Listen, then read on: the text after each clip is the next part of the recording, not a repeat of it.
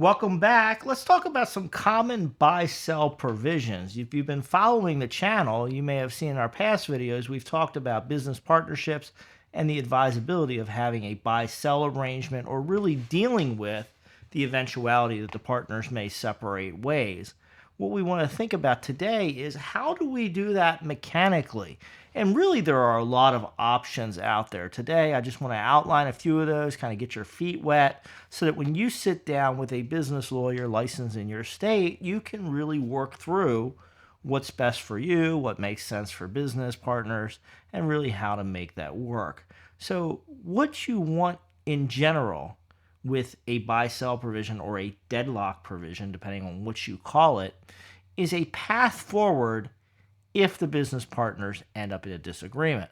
And so, what you want to avoid is an agreement to agree in the future. You need a way to break up the partnership to get to a consolidation of one or more owners without having to go into a new debate about what the business is worth and how it's going to be controlled. So the first key with all of these provisions is you want it to be mechanical. You want it to have a process and a way forward without having to do new negotiations. Because if you get to the point where business partners are separating ways and where the business is being restructured, it's often not a good time to negotiate. Either somebody has perhaps died, somebody has become disabled, maybe you're dealing with their family instead of them, or maybe there was a disagreement within the business and now is not a good time to get everybody to agree again after there was just a major disagreement causing the business to be restructured.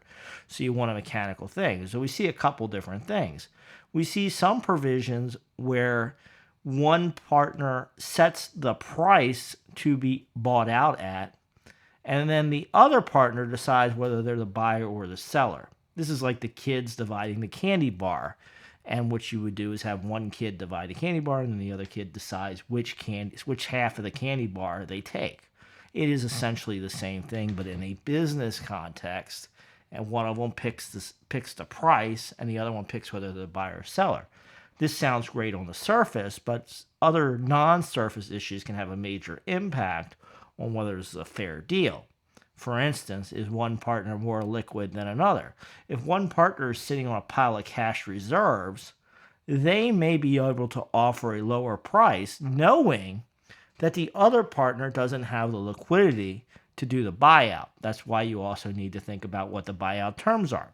Is it a straight cash buyout, or does the partner need to come in and get a financing? And can we build that financing, a payout over 5 or 10 years, into the initial agreement? Or are we going to have a pure cash payout?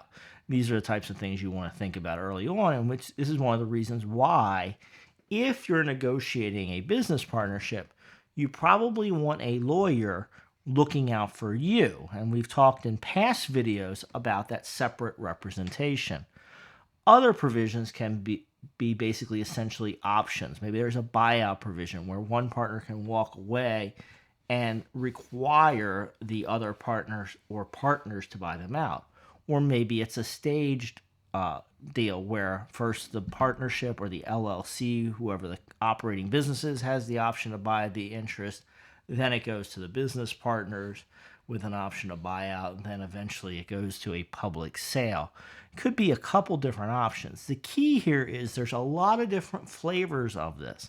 And what you want to do is sit down with a lawyer licensed in your jurisdiction that understands business, that can walk you through this and help you custom build something that really fits you and your partner's situation. So look for that advice. Make sure you think carefully about this. Make sure you have somebody that can explain all the various different options to you and help you get the right one.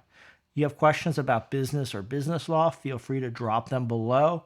We love to read viewer comments. We get a lot of inspiration both from viewer comments and from the internet in general. But don't put anything confidential in the YouTube comments because they are publicly accessible and other people may see what you say. If you have specific questions, do feel free to reach out with me directly, and I'll be joining you for another video soon. In the meantime, we have a whole library of past videos for you, so I recommend you subscribe to the channel, go check out our past videos. Comment to some of those as well. I look forward to meeting you in the comments. I'll see you soon.